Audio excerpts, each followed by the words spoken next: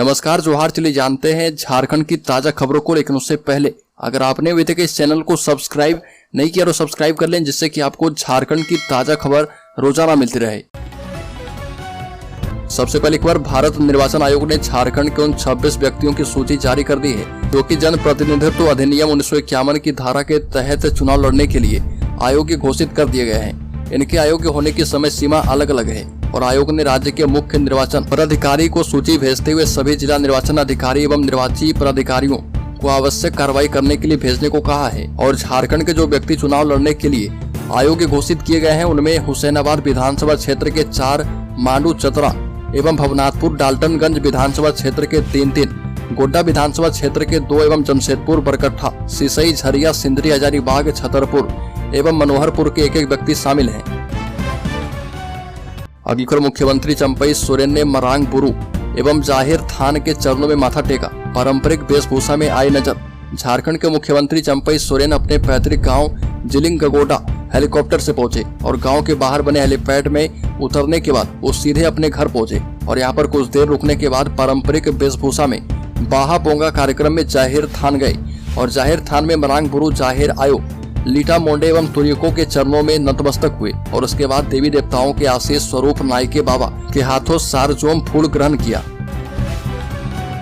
बड़ी खबर, झारखंड हाईकोर्ट का सरकार से सवाल, पीजीटी परीक्षा में आंसर की जबलिंग क्यों की गई। झारखंड हाईकोर्ट के जस्टिस संजय कुमार द्विवेदी की कोर्ट ने स्नातकोत्तर प्रशिक्षित शिक्षक संयुक्त प्रतियोगिता परीक्षा 2023 में आंसर की जबलिंग करने के मामले में दायर याचिका पर सुनवाई की और इससे पूर्व प्रार्थी की ओर से अधिवक्ता अमृतांश वत्स ने पैरवी करते हुए कोर्ट को बताया कि जेएसएससी ने सीबीटी मोड में परीक्षा ली थी और परीक्षा के बाद औपबंधिक आंसर की जारी करके अभ्यर्थियों से आपत्ति मांगी गई थी। बड़ी खबर, आम चुनाव से पहले झारखंड में वाम एकता में हुआ बिखराव। लोकसभा चुनाव में 2 महीने से भी कम का समय बचा है और लेकिन जैसे जैसे चुनाव के दिन नजदीक आते जा रहे विपक्षी गठबंधन इंडिया की पोल खुलती जा रही है। नरेंद्र मोदी और भाजपा को रोकने के लिए विपक्षी दलों ने एकजुट होकर चुनाव लड़ने की बात कही थी, लेकिन सीट शेयरिंग को लेकर यह लोकसभा चुनाव की औपचारिक घोषणा के पूर्व ही बिखरता जा रहा और राज्य में चुनावी तालमेल की चर्चा अब सवालों से ज्यादा संभावनाओं पर टिक गई है। झारखंड में चुनाव के पहले ही जमीन पर वामपंथी पार्टियां का एका बिखर गया है और 3 प्रमुख वामपंथी दलों का एक साथ मुकम्मल तरीके के साथ लोकसभा चुनाव में जाना संभव प्रतीत नहीं हो रहा। बड़ी खबर, मैंने पूरी ईमानदारी से चुनाव आयोग को शपथ पत्र दिया है, उसमें कुछ भी गलत नहीं है। यदि झारखंड मुक्ति मोर्चा के पास मेरे शपथ पत्र में दी गई जानकारी को गलत साबित करने के लिए कोई सबूत है तो मेरे राज्यसभा में शपथ लेने से पहले ही चुनाव आयोग को देकर मुझे अयोग्य घोषित करवा दे। यह लोकसभा के चुनाव का इंतजार क्यों कर रही है। जहाँ तक मेरे खेलगांव वाले फ्लैट की बात है उसे मैं बहुत पहले बेच चुका हूँ। ये बातें जो है भाजपा से राज्यसभा के लिए नवनिर्वाचित हुए डॉक्टर प्रदीप कुमार वर्मा ने कही और उन्होंने भाजपा की ओर से राज्यसभा में भेजे जाने झारखंड मुक्ति मोर्चा के द्वारा उन पर शपथ पत्र में संपत्ति का गलत ब्यौरा देने के लगाए गए आरोप का जवाब दिया। बड़ी खबर, पलामू जिले के इन पंचायतों में 2 दिन से पेयजल आपूर्ति ठप, पानी के लिए मचा हाहाकार। पलामू जिले के नीलांबर पीताम्बरपुर प्रखंड के पुरनाडीह, कोटखास, लेस्लीगंज, कुराइन पतरा, नौडीहा पंचायत में 2 दिनों से जलापूर्ति ठप है। पानी नहीं मिलने से ग्रामीणों में हाहाकार मचा हुआ है और ग्रामीणों का कहना है कि कनेक्शन देने के समय 310 रुपए लिए गए थे। इसके बाद जलापूर्ति के लिए प्रतिमाह एक निश्चित राशि लोगों से ली जाती है, बावजूद पानी देने में विभाग उदासीन है। जलापूर्ति ठप होने के कारण 1 किलोमीटर दूर पानी के लिए जाना पड़ रहा है। बड़ी खबर, देवघर संत सम्मेलन में बोले धीरेन्द्र कृष्ण शास्त्री, झारखंड में भी सनातन का लहराएगा परचम। झारखंड के देवघर कॉलेज मैदान में आयोजित संत सम्मेलन में प्रवचन के दौरान बागेश्वर धाम सरकार बाबा धीरेन्द्र कृष्ण शास्त्री ने कहा कि मुझे क्या पता था कि देवघर और झारखंड में मेरे बालाजी कितने पागल हैं। पता होता तो बहुत पहले ही आ जाते।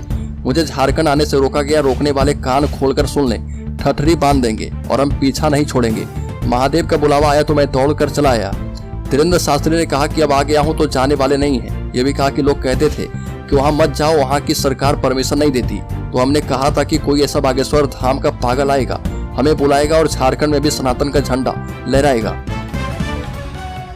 बड़ी खबर, चंपई सोरेन ने कहा कि राज्य में बुनियादी व्यवस्थाएं मजबूत होगी तभी स्मार्ट गांव की परिकल्पना पूरी हो पाएगी। मुख्यमंत्री चंपई सोरेन ने कहा कि उनकी सरकार राज्य में बिजली, पानी, सड़क, शिक्षा सहित अन्य मूलभूत सुविधाओं को सुदृढ़ कर रही है और जब राज्य में बुनियादी व्यवस्थाएं मजबूत और सक्रिय हो जाएगी तभी स्मार्ट गांव बनाने की परिकल्पना पूरी हो पाएगी। मुख्यमंत्री चाकुलिया में महाविद्यालय के शिलान्यास कार्यक्रम को संबोधित कर रहे थे और मुख्यमंत्री ने कहा कि आने वाले दिनों में झारखंड देश के अग्रणी राज्य में शुमार हो जाएगा।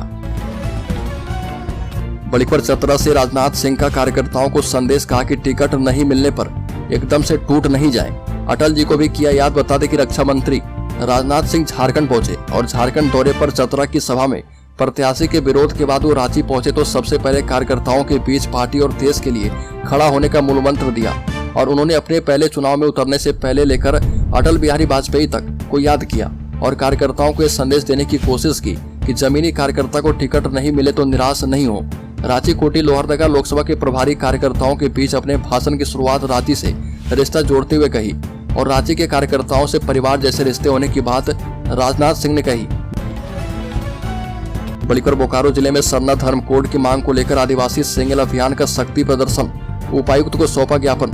सरना धर्म कोड लागू करने की मांग को लेकर आदिवासी सेंगेल अभियान की ओर से नया मोड़ बिरसा चौक से उपायुक्त बोकारो कार्यालय तक शक्ति प्रदर्शन किया गया और इस दौरान जिला अध्यक्ष सुखदेव मुर्मू के नेतृत्व में प्रतिनिधिमंडल ने बोकारो उपायुक्त जाधव विजया नारायण राव के माध्यम से राष्ट्रपति के नाम ज्ञापन पत्र सुपुर्द किया और जिला अध्यक्ष श्री मुर्मू ने कहा कि आदिवासी गुलामी जैसी जिंदगी गुजार रहे हैं क्योंकि इनको अब तक सामाजिक, धार्मिक और राजनीतिक आजादी नहीं मिली है, जबकि सेंगेल लंबे समय से अपनी अलग धार्मिक पहचान के लिए संघर्ष कर रहा। अगली खबर की बात करें तो झारखंड हाईकोर्ट ने जेएसएससी पीजीटी परीक्षा के अभ्यर्थी की डिजिटल कॉपी सेफ कस्टडी में रखने का दिया निर्देश। झारखंड हाईकोर्ट में झारखंड स्टाफ सिलेक्शन कमीशन की ओर से पोस्ट ग्रेजुएट टीचर पीजीटी के 3200 पदों के लिए वर्ष 2023 में निकाले गए विज्ञापन के आधार पर ली गई परीक्षा में जेएसएससी की आंसर की में गड़बड़ी की चुनौती को देने वाली याचिका की सुनवाई की और अजय कुमार माथा एवं अन्य की ओर से याचिका दाखिल की गई थी। मामले में सुनवाई के दौरान प्रार्थी की ओर से अधिवक्ता अमृतांश वत्स शामिल हुए थे। बड़ीखर झारखंड हाईकोर्ट का सिपाही नियुक्ति पर फैसला सुरक्षित। झारखंड हाईकोर्ट में कांस्टेबल नियुक्ति को चुनौती देने वाली याचिका पर सुनवाई हुई है और सुनवाई के दौरान इस केस से जुड़े सभी पक्षों की बहस सुनने के बाद कोर्ट ने इसका फैसला सुरक्षित रख लिया है। कभी भी फैसला सुनाया जा सकता है। अब कोर्ट इस मामले में क्या फैसला सुनाती है यह देखना बेहद ही महत्वपूर्ण होगा। वर्ष 2015 में 6800 सिपाही की नियुक्ति को लेकर रीट संख्या 4/2015 के माध्यम से प्रार्थी सुनील टुटू और अन्य ने हाईकोर्ट में चुनौती दी है। बड़ीखर सुरक्षा अभियान से टूटी नक्सलियों की कमर, अब चुनाव में नहीं होगा खौफ। बता दें कि वर्ष 2019 के लोकसभा चुनाव में नक्सली समस्या बड़ा फैक्टर था। बूढ़ा पहाड़ जो अब नक्सली से मुक्त हो चुका है, उस वक्त नक्सली के कब्जे में था। लातेहार, लोहरदगा, पलामू, गढ़वा, सरायकेला, खरसावा, बोकारो, गिरिडीह, पश्चिम सिंहभूम, खूंटी, सिमडेगा, चतरा, गुमला एवं रांची के अधिकतर क्षेत्र में नक्सलियों का प्रभाव था। उस वक्त भी बहुत हद तक नक्सली पर नकेल की कोशिश की गई थी, लेकिन वो बीच बीच में अपनी उपस्थिति दर्ज करवा ही देते थे।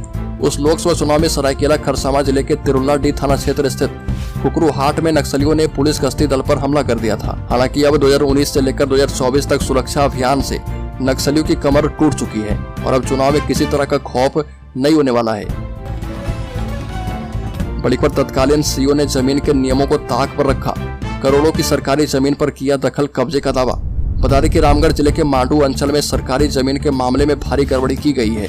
मांडू थाने के पीछे स्थित करोड़ों की जमीन को नियमों को ताक पर रखकर तत्कालीन अंचलाधिकारी जय कुमार राम ने व्यक्ति विशेष के पक्ष में रसीद निर्गत करते हुए व्यक्ति विशेष के पक्ष में दखल कब्जा घोषित कर दिया और इस पूरे मामले का खुलासा प्रारंभिक जांच के दौरान हुआ है। वर्तमान में अंचलाधिकारी जय कुमार राम कांके अंचल रांची में पदस्थापित हैं और विभागीय सूत्रों से मिली जानकारी के मुताबिक इस मामले में डीसी चंदन कुमार की ओर से मिले जांच के निर्देश के बाद अपर समाहर्ता कुमारी गीतांजलि की ओर से जांच की गई है।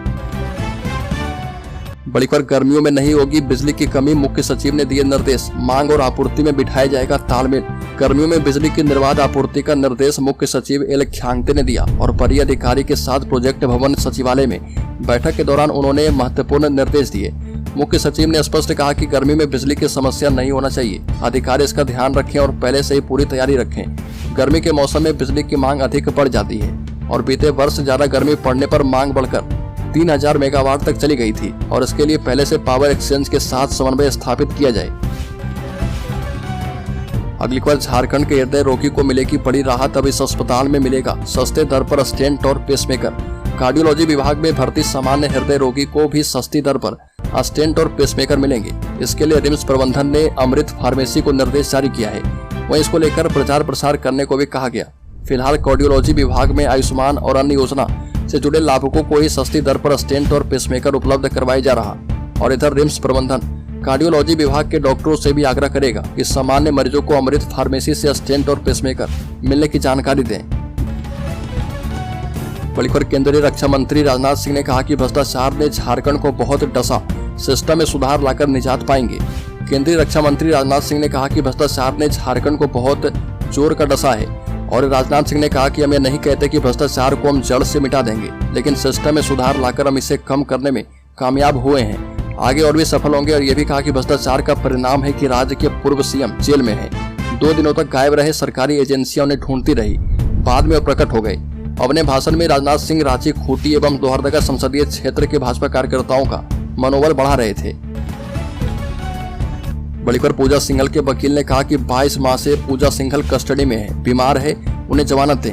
मनी लॉन्ड्रिंग के आरोप में जेल में बंद पूर्व IAS अधिकारी पूजा सिंघल की जमानत याचिका पर सुप्रीम कोर्ट में सुनवाई की गई। और सुप्रीम कोर्ट के जस्टिस संजीव खन्ना, जस्टिस दीपांकर दत्ता और जस्टिस ऑगस्टिन जॉर्ज की खंडपीठ ने पूछा कि यह कितने दिनों से जेल में है, कितने दिन की अंतरिम जमानत मिली थी, इलाज के लिए कितने दिन से अस्पताल में भर्ती है। पूजा सिंघल के वकील ने कहा कि वह बीमार चल रही है और 1 साल से रिम्स में भर्ती है, 22 माह से कस्टडी में है और इन्हें जमानत दी जाए। इस पर सुप्रीम कोर्ट ने पूछा कि इन्हें बीमारी क्या है जो 1 साल से अधिक समय से अस्पताल में भर्ती है और कितने दिन जेल में रही। सुनवाई के दौरान ही ईडी के वकील SV राजू ने कोर्ट के समक्ष रिम्स में भर्ती पूजा की सारी फुटेज दिखाई और अगली सुनवाई अप्रैल के अंतिम सप्ताह में की जाएगी। बड़ी खबर, BPSC शिक्षक भर्ती का पेपर लीक, 10 से 15 लाख में डील।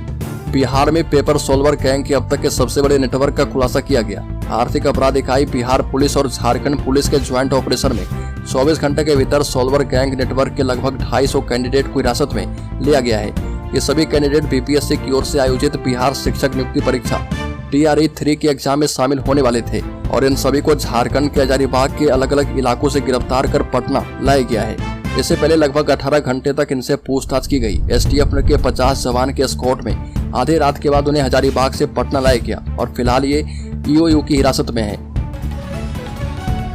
अगली खबर, झारखंड के शेयर होल्डर्स के लिए बड़ी खबर, स्टॉक ने 1 साल में 4 गुना किया निवेश।